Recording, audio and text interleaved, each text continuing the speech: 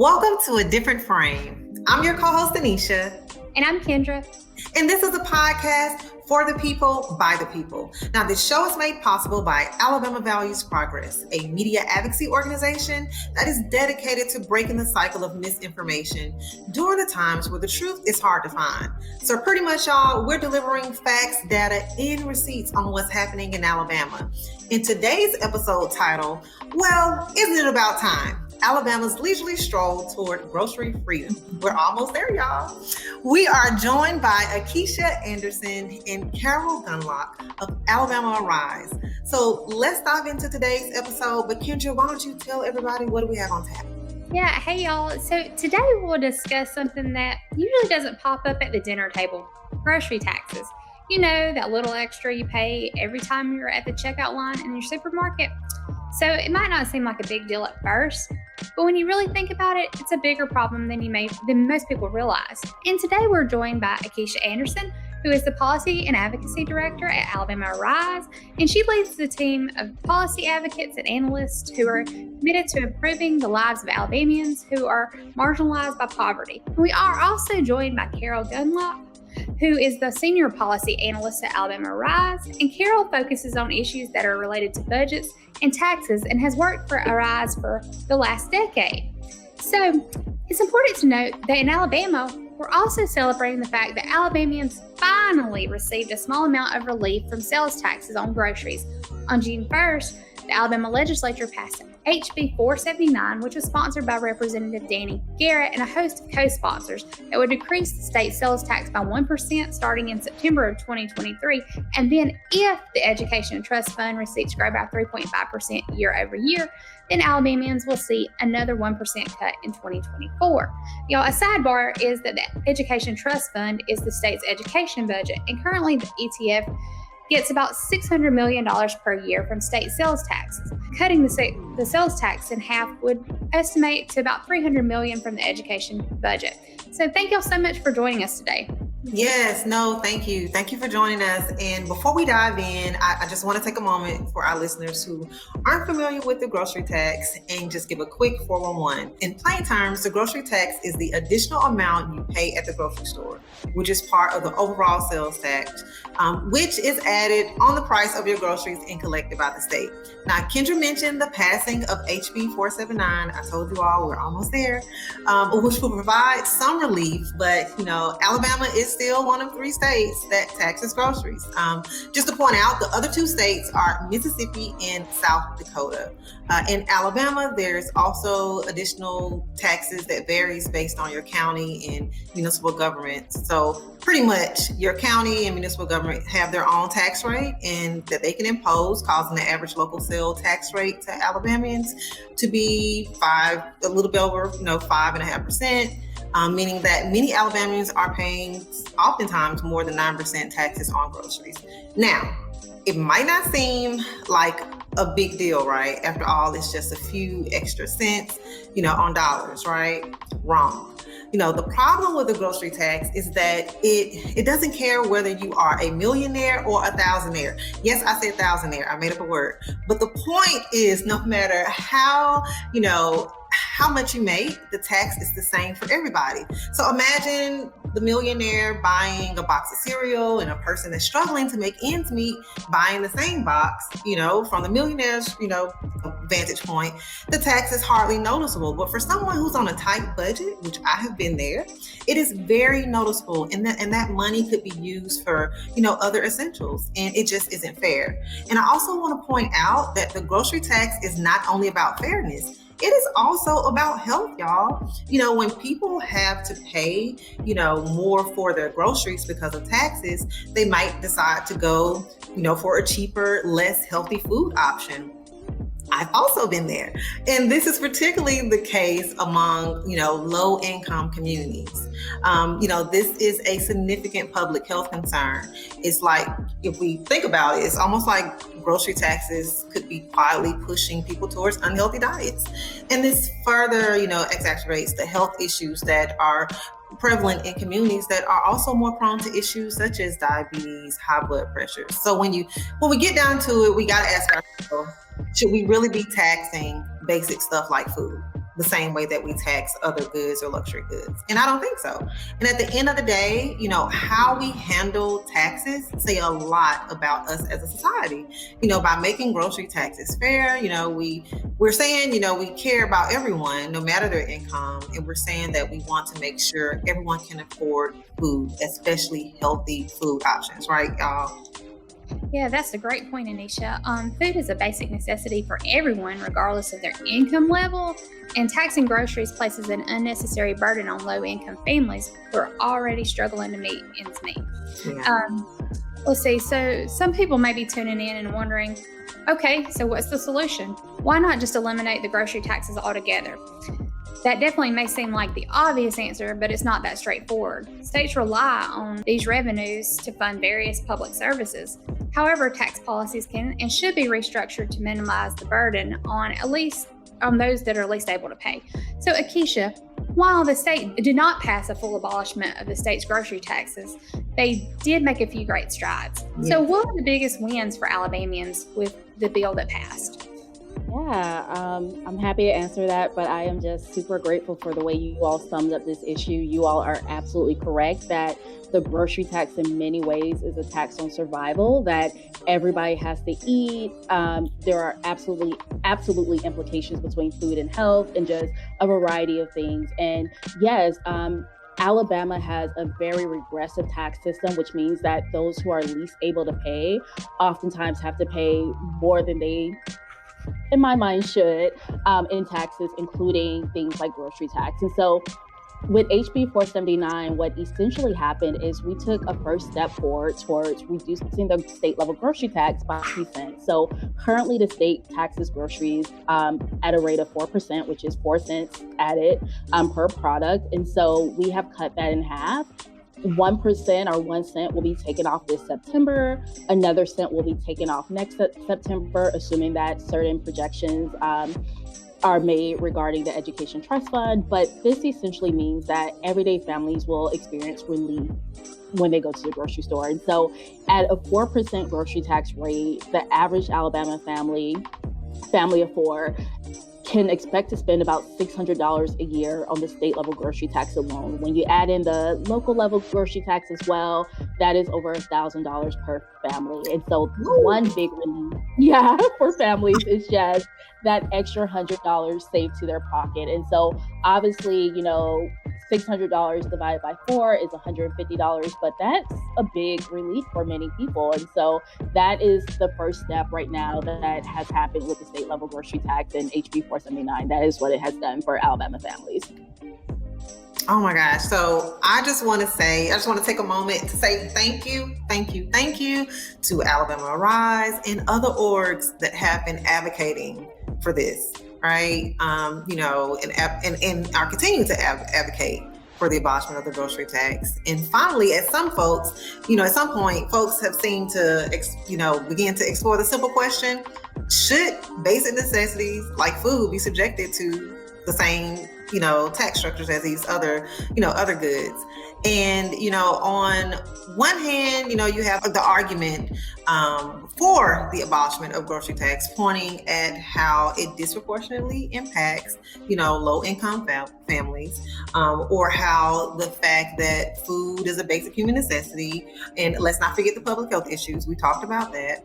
And then on the other hand, there are arguments about, against abolishing the grocery tax, citing that it's revenue loss for the state, the complexity of transitioning from taxing groceries, or that this will benefit wealthier people that spend more money on groceries. But, I want to hone in on why this fight was and still is so important. And what do you think this go around, Akiesha, that finally got this bill to move? Like we're finally seeing movement in the legislature. What do you think happened? Like, what were the shifts? Yeah, for those of you that are new to Alabama politics, just a brief, background about this issue. So way back when, so decades ago, at least for the last 30 years, this has been a fight to get rid of the state level grocery tax. So even back when Democrats were in control in the Alabama state legislature, there were consistently bills filed to try to get rid of the state level grocery tax. And so we're talking about 3 decades worth of work, and finally having this magical moment where, wow, voila, it happened. And so some things that really came into fray this year that really, I think, helped propel the grocery tax bill over the finish line were things like inflation. So a lot of people have been talking about, the increased cost of things like eggs and milk at the grocery store. Everybody is starting to feel, the rate of groceries or the amount spent on groceries a little bit more heavily this year or past few years since the pandemic than usual.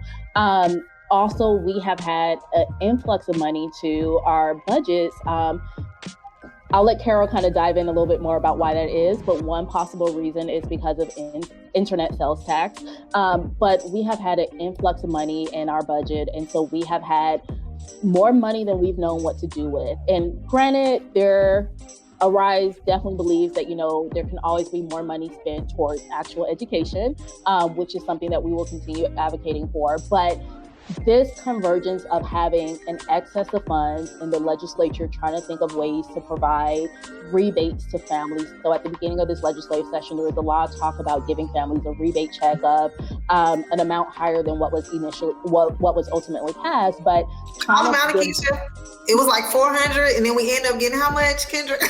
Like 100. So it was nowhere near what it was supposed to be. Yeah, so you have these conversations about giving Alabamians money back, and you have, these conversations that are happening every day with Alabama families about how hard it is to pay for basic necessities, including food. And so this year, just the public conversation just really helped move this issue forward. It definitely was not a legislative priority at the start of the legislative session amongst legislators, but by the time the bill was introduced, we saw that 96% of the legislators signed on as co-sponsors. I think that legislators understood just the impact that this would have on everyday constituents in their district. And so it was an easy issue for them to kind of agree to. Yes, we do need to provide relief to people paying for groceries. And so those things coming together absolutely help, get this bill over the finish line. But also, I do not want to undermine how much work Arise put into, pushing this bill forward. We definitely pounded the pavement this session, educating legislators on why we need to get rid of the grocery tax. We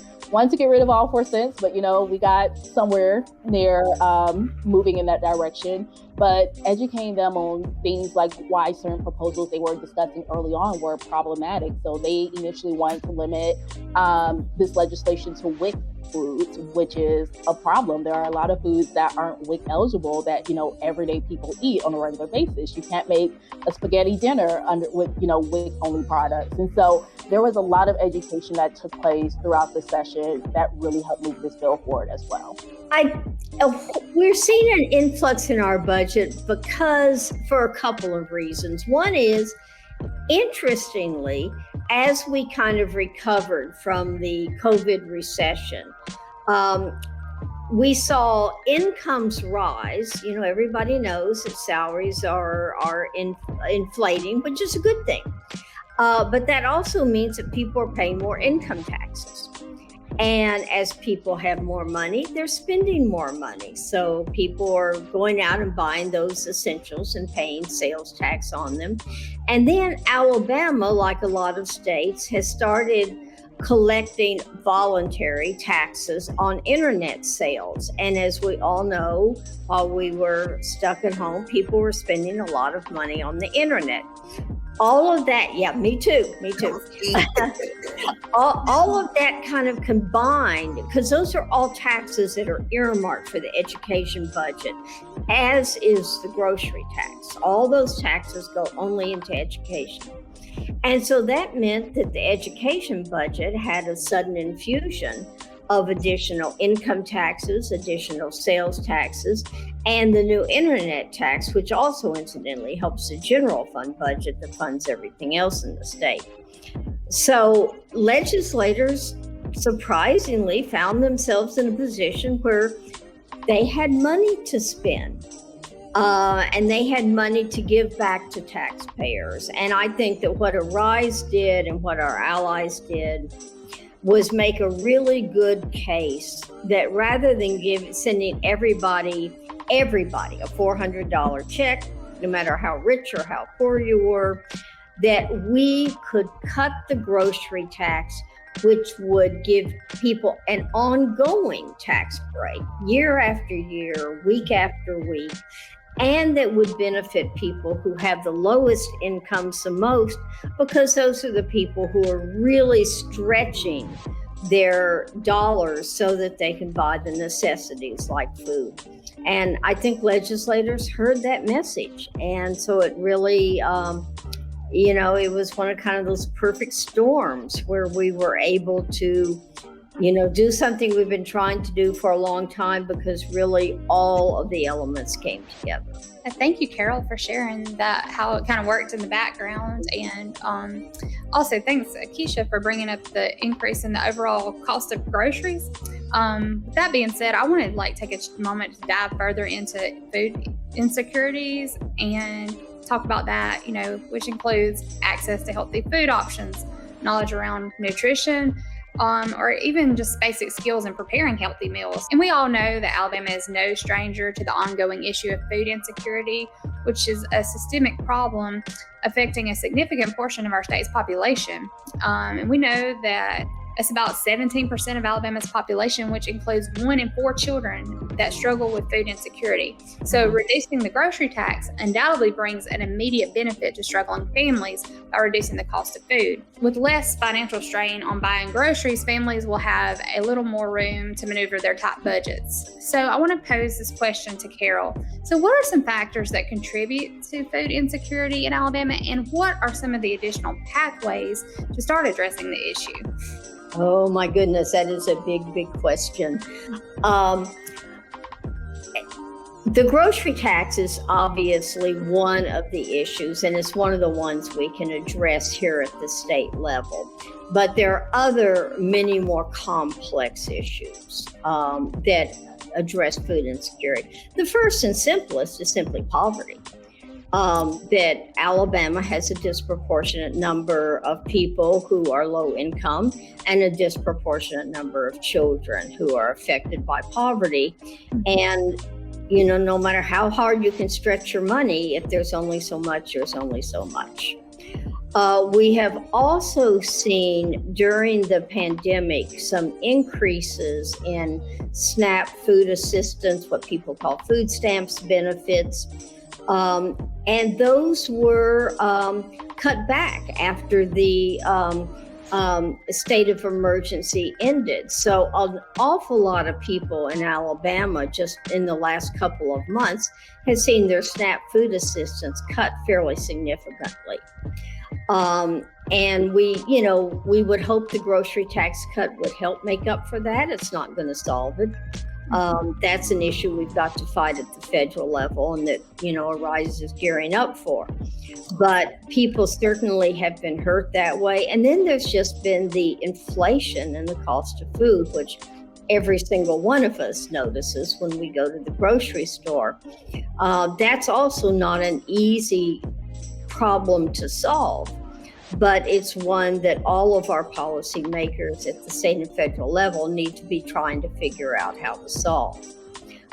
In addition to the work on the grocery tax, Arise has been real involved in advocacy around food assistance, around SNAP, around the Women, Infants, and Children program, and around trying to get free meals to children in public schools, as universally as is possible.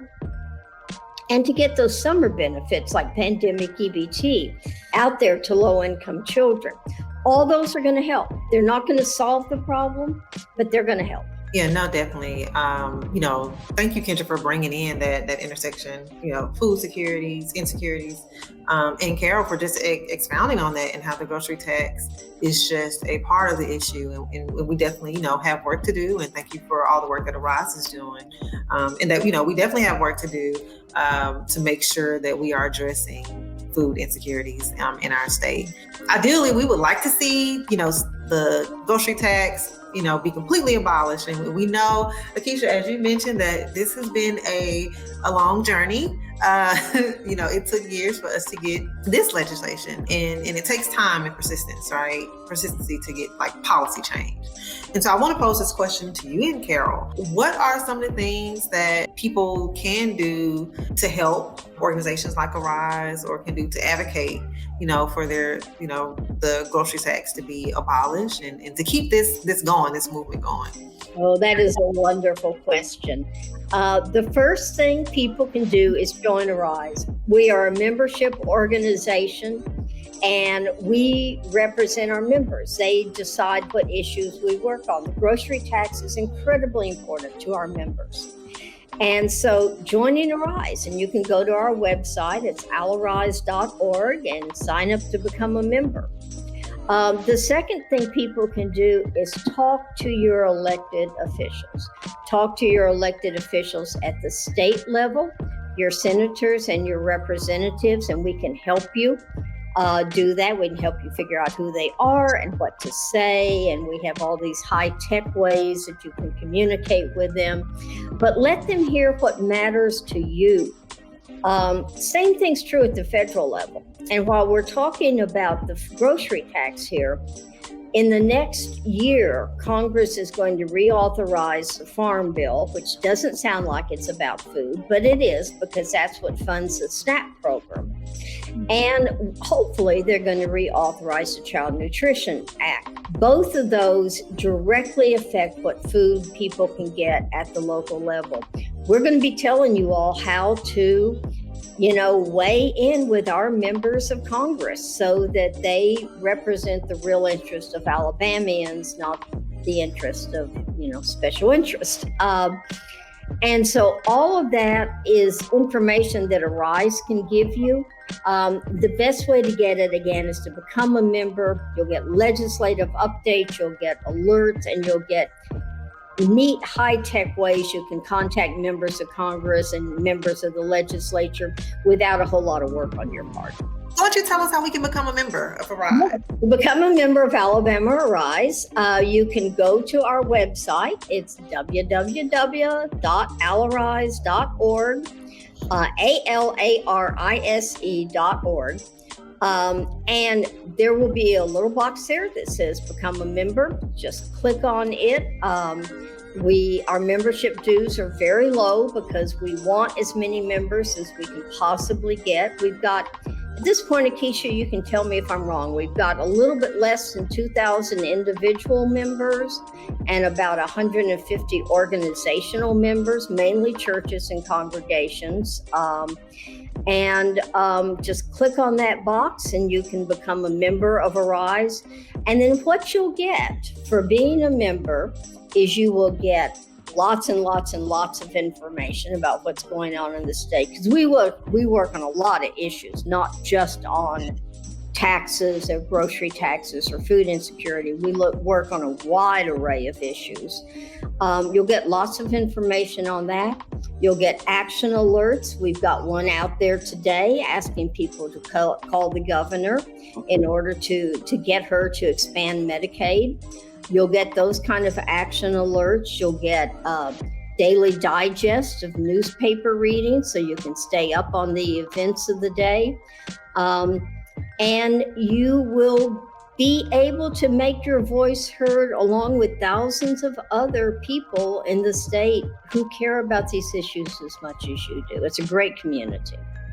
I love it. And there is power in the collective voice. I say it all the time. So thank you all for just convening that space for folks to get together and advocate for the changes and policy changes that they want to see in their state. Talking about the power of the collective voice, I do think, again, that wholeheartedly people making their voices known about how much of a burden the grocery tax was very instrumental in getting this bill passed this year. But it does not stop here, and I do not want people to stop, complaining about grocery taxes. So, after this 1 cent is taken away, after the 2 cents is taken away, we still want to come back for those final 2 cents and get rid of that. And so In addition to HB 479 passing this legislative session, there also was a House Joint Resolution that passed to create a joint study commission, or to create a study commission on the grocery tax and to find a way to eliminate the full 4 cents. And so it is important for people to continue to make their voices heard, make sure that their representatives, their senators know how much of a burden it is still paying, this remaining grocery tax at the state level, so that the state has the pressure to, not forget about this issue, so that they have the pressure to come back and get rid of the rest. And so that is something that I will encourage people to continue doing. This study commission will be chaired by Senator Andrew Jones and Representative McClammy. So both of these legislators have been champions for a very long time regarding getting rid of the grocery tax. And so we're grateful that they are at the helm of this commission. There will be representatives from the education community, representatives from the grocers community, hopefully a representative from Arise, but there will be people at the table really trying to come up with a solution to get rid of the full 4 cents in a way that protects the Education Trust Fund, because as Kendra shared earlier, $600 million towards our children's education is something that we absolutely do not want to lose, and it's something that we do not want to take for granted. And so we do want to make sure that we are able to get that full 4 cents, but we're also able to ensure that our kids have the best education possible. Awesome. No, thank you. Thank you all so much for the work that you're doing. So it is time for my favorite segment. This is new this season. It's called the Soapbox. So before we go, both of you have to get on the soapbox. So the soapbox is the place where you can rant for 60 seconds. Feel free to tear a hole in whomever or whatever. However, keep it clean. The kids are listening. So who wants to volunteer first? I will let Akiesha go first. not I will volunteer. That works. All right. Not her volunteering you to go. Okay. So Akiesha, Kevin's gonna put you on the box. When you go full screen, have at it. When he takes you out, time is up. All right, so I know this is going to air after the point, but today Alabama Rise is doing a call-in day to the governor's office to try to encourage her to expand Medicaid. It blows my mind to know that it has been so many years that we are in the middle of a pandemic, still in my mind, and we have not provided healthcare for all Alabamians. And so my little rant is that I have no idea how long it takes for racism to expire. I do not know why we are still so resistant to, doing this thing just because President Obama was the one that came up with it. So hopefully Alabama can kind of get over that and, provide healthcare to all Alabamians sooner rather than later. That is my soapbox. Yes. And you speak on it. I agree. Carol, are you ready to I am ready. You ready? All right, Carol, get on the box. One of the things that we are particularly interested in watching and maybe weighing in on in the next couple of weeks is the issue of reapportionment. And this is how the state decides basically who your representative is in Congress. Who is your voice in Congress? And Alabama has a long and tragic history of really packing all of the African American voters they can possibly pack into one district so that they do not have influence on our overall voice in Congress. The Supreme Court last week before, ruled against Alabama's districting process. And the legislature is going to come back in a couple of weeks to have to draw new districts that increase the voice of African American people in how we make decisions about who represents us in Congress. It's all about numbers, it's tedious, it's going to be very contentious, but it's really important because it influences our voice and our ability to influence what happens to us in the future. Look, Carol, you touched on a topic that I think everyone, is thinking about right now.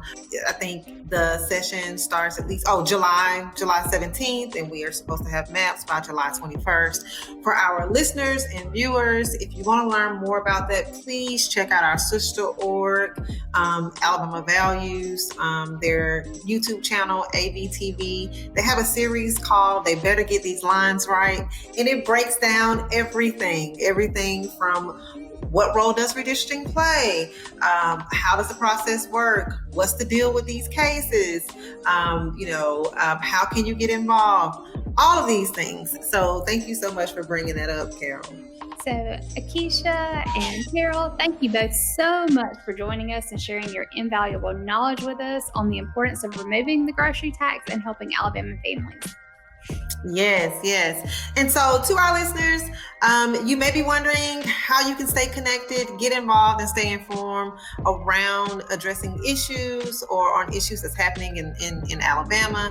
Definitely tune in to future A Different Frame episodes. The podcast is streaming on all platforms, and you can catch the video version, aka the podcast, on social media platforms, as well as our website at alabamavalues.org. So follow, subscribe, and share to stay connected with the latest news and updates regarding the issues in Alabama, and to connect with our partner organizations like Arise that are on the ground working to build a more equitable and sustainable Alabama. So thank you. All right. Bye.